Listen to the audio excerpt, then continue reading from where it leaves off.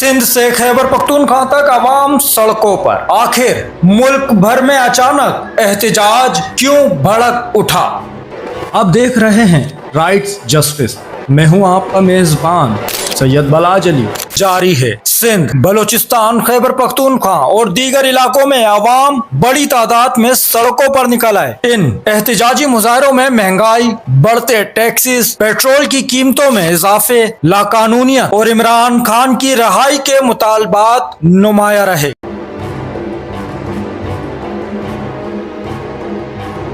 उमरकोट, बदीन, मोरो, कश्मोर, कंदकोट, सक्खर और जेकाबाबाद में कारकुनान और शहरियों ने एहतजाजी रैलियां निकाली, जबकि चमन, हरनाई, शमाली वजीरिस्तान और भटिया बाला में भी अवामी मुजाहरे देखने में आए। कई शहरों में मुजाहिरीन ने इमरान खान को फौरी अस्पताल मुंतकिल करने और इलाज की सहूलियात फराहम करने का मुतालबा किया।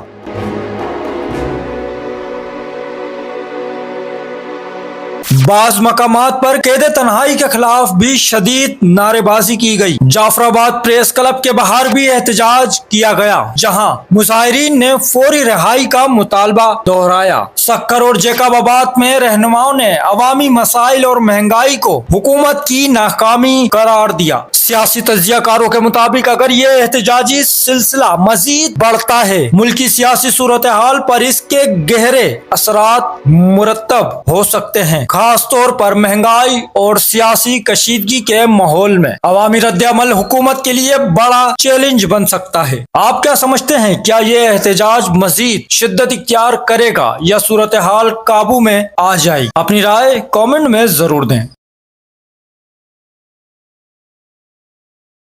अब तक के लिए इतना ही। मजीद खबरों और अपडेट्स के लिए देखते रहिए राइट्स जस्टिस। सैयद बलाज अली को इजाजत दीजिए। अल्लाह हाफिज। चैनल को सब्सक्राइब करें, फॉलो करें, वीडियो को लाइक और शेयर करें। शुक्रिया।